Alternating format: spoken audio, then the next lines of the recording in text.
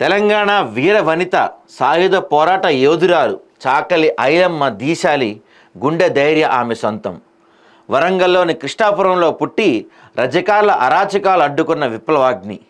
చేతి కత్తి దిగివచ్చింది నేల కోసం పోరాటం, నీ దొర ఏం చేస్తాడ్రా అంటూ రోకలిబండ చేతబూనిన మరో ఝాన్సీ. అన్నపూర్ణ పోషణ కాదు తిరుగుబాటు కీర్తిగానం.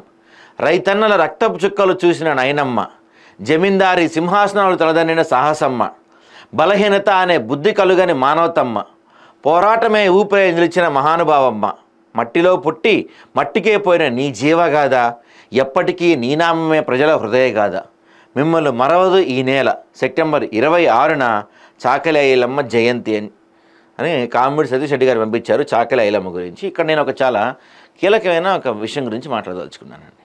గతంలో బీఆర్ఎస్ అధికారంలో ఉన్నప్పుడు కానీ, ఇప్పుడు కాంగ్రెస్ పార్టీ అధికారంలోకి వచ్చినప్పుడు కానీ, ఆయన గతంలో కేసీఆర్ కిట్లో లేకపోతే ఇంకేవో వాళ్ళ పేర్లు పెట్టుకున్నారు.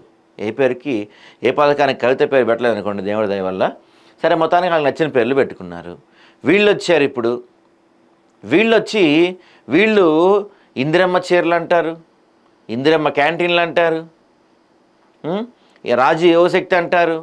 ఇట్లా ఏది పెట్టినా ఇందిరమ్మ రాజు, ఇందిరమ్మ రాజు, ఇందిరమ్మ రాజు.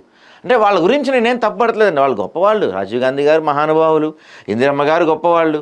వాళ్ళ గురించి తప్పుపడటానికి నేను ఇక్కడ మాట్లాడట్లేదు. కానీ నా పాయింట్ ఆఫ్ వ్యూ ఏంటంటే, 12 ఏళ్ల స్వతంత్ర తెలంగాణలో ఒక్క పథకం పేరైనా మన చాకలి ఐలమ్మ ఇట్లాంటి వాళ్ళ పేరు ఒక్కటైనా ఒక్క పథకానికైనా పెట్టారా?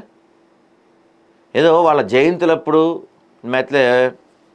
వర్ధంతులప్పుడు పూలమాలలు వేసి ఫోటోలు దిగడానికి తప్ప ఒక్క పథకానికైనా, ఒక్క బస్ స్టాండ్కైనా, ఒక్క చౌరస్తాకైనా, ఒక్క టెర్మినల్కైనా, దేనికైనా, ఒక్క రైల్వే స్టేషన్కైనా కనీసం ఒక్క దానికైనా వీళ్ళ పేరు పెట్టారా మీరు?